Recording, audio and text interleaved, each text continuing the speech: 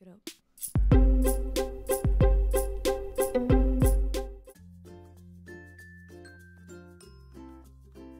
Super bright in here because of the snow. Welcome to February the 27th. It's about, it's 10:15.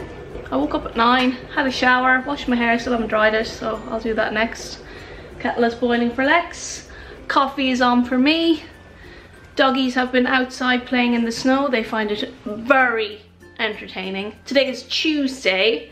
I had my 2 higher carb days on Saturday and Sunday.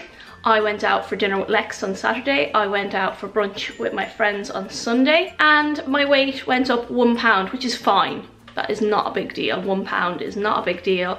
I also have my period, which usually results in me going up about 2 pounds. And today I stepped on the scales and I was back down to 115, which is great. I'm back down to my pre-high carb day weight. I'm on my period and everything is good apart from the snow because I really want to get to the gym later. We did put salt on the driveway. That is our main problem, is that our driveway is quite long. There's a little bit of a slope and our cars do not like going up the drive when it's snowy. So Lex did put salt all over the driveway last night, but there was more snow than we expected. Boo! So I'm gonna go and have my carrot cake muffin, which I have every morning, a coffee. I'm gonna make Lex some tea, get some porridge on for him, and start the day. Just waiting for my phone to come back to life. I've just updated it. Hopefully it won't get slow. Sometimes with the updates your phone goes slow. Then I'm gonna go and do some work. Also do cardio. I have a call with my coach at about 1 p.m. because he's in the US, so we're doing early morning for him, afternoon for me. And then hopefully by the afternoon I'll get Lex to clear the driveway so I can go to the gym and train glutes and hamstrings. I'm opting to do my steady state cardio at home with my 2 little coaches, simply because I want to get it done this morning and I can't get out the driveway right now. I don't want to risk it until Lex gets up. Once Lex gets up, I'll get him to do something with the driveway, make sure it's safe for me to drive on, and then I'll go to the gym and hopefully train there. If not, I may have to do some kind of at-home glute workout. I'd have to be inventive with that. Lex is out shoveling the driveway so that I can go to the gym. Roxy loves the snow. Look at her. Bailey's not that into the snow, are you, Bales? You don't like it. You want to stay inside with mummy. So it is now 2:30 p.m. I did my cardio. I did a transformation picture for Instagram because I've been kind of keeping Instagram up to date as well. So I just wanted to show the difference in when I started to now.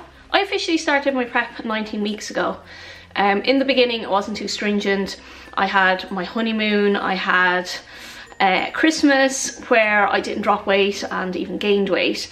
So realistically I started properly focusing in on my prep after Christmas, but it was 19 weeks ago when I started with my coach and when I started tracking macros again properly, introducing cardio in. In those 19 weeks I have lost 9 pounds. A lot of people are commenting or messaging me saying, how did you lose the weight so fast? Technically I didn't lose it very fast. It's been 19 weeks and 9 pounds. I'm not ridiculously lean yet. I have a lot of fat still to lose, and I think it was quite realistic how I've lost the weight, and it hasn't been crazy fast at all. So don't think that what I'm doing is super fast or anything because I do 2 check-ins with you a week. I feel like it is a very reasonable rate, a very normal rate for someone who's a natural bodybuilder, and I'm not using anything extra like any drugs or anything like that to help shift the weight. I'm doing this all through cardio and diet. So my weight loss is very realistic for anyone to follow. I had a call with my coach this morning as well, which was nice. I hadn't actually had a face-to-face call. It's been all over email. So it was nice to get that face-to-face contact and just sit and chat and talk about what we're going to do over the next 5.5 weeks, what we're going to do after that, peak week, all that kind of stuff. So it was very good to have that FaceTime with him. And it will get a bit harder over the next 5 weeks because he wants to bring me in as lean as possible. So we're going for major fat loss, I am going to drop a lot of fat over the next couple of weeks, and I'm going to follow it to the T because I am so OCD about hitting my targets and doing this prep. I want to do the best I can, not just for me, but for you guys, to show you what I can achieve and what a normal person, anyone, can achieve just through diet and cardio. Nothing has changed with my training. My training split is right now a 4-day training split. I start off my week usually with biceps and triceps. Then the next day, which is today, is a glute and hamstring focused day. Then I will do a back and shoulder workout, and then on my last day I'm back to legs and I do kind of quads, calves focused workout.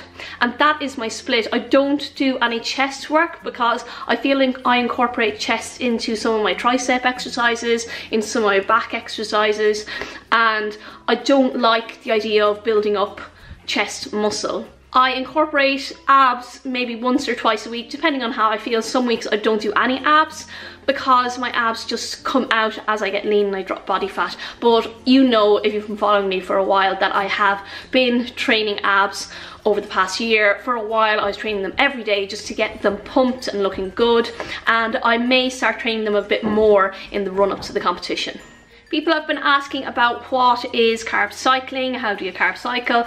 Now, carb cycling is where you drop your carb intake for a number of days to deplete your body, and then you reintroduce the carbs on higher carb days. Now, the way you cycle it, it can vary. Sometimes it's 3 low days followed by a high day, 4 or 5 low days followed by 1 or 2 high days. So it does vary how you carb cycle, and you will find that different carb cycles work better for different people, and even for yourself, depending on where you're at in your prep and your fat loss. Carb cycles can be a great way to start plateaued fat loss. At the moment I'm doing 5 low carb days followed by 2 high carb days. Now, the only thing that changes in my macro intake is the carbs. My calories will obviously go up with the increase in carbs, but my fats and protein remain the same on the high and the low carb days.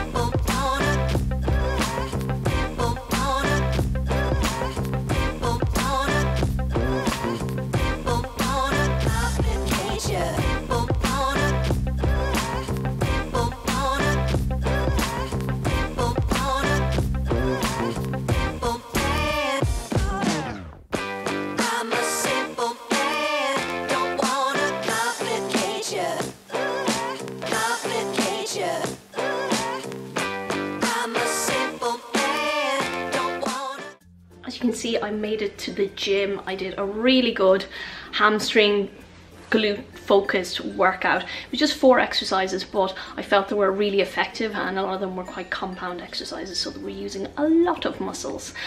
I'm just in now. I went a little, stocked up on loads of flowers, got some lovely roses here, and I've got some lilies in the other room and some daffodils, and I just filled the house with flowers because it's so cold and wintry out. I wanted to bring a bit of summer and sunshine inside. I'm gonna have a coffee now. I just had one of those little chicken breasts that I get from Muscle Food, and that'll keep me going until dinner. I've made Lex soup and a sandwich. Coffee time for me, and then dinner. Dinner is a collection of pre-prepared veggies, fish, quinoa, and I can't wait. I love dinner time. Breakfast used to be my favourite meal until I started this prep. Now I'm all about dinner. I do love breakfast too, but it's dinner time, and I'm having some smoked cod mixed with the cauli, rice and quinoa and lentil bags that I get from Asda, and then I've got some pre-prepared Brussels sprouts, butternut squash, and what else do I have in there? That's it for now.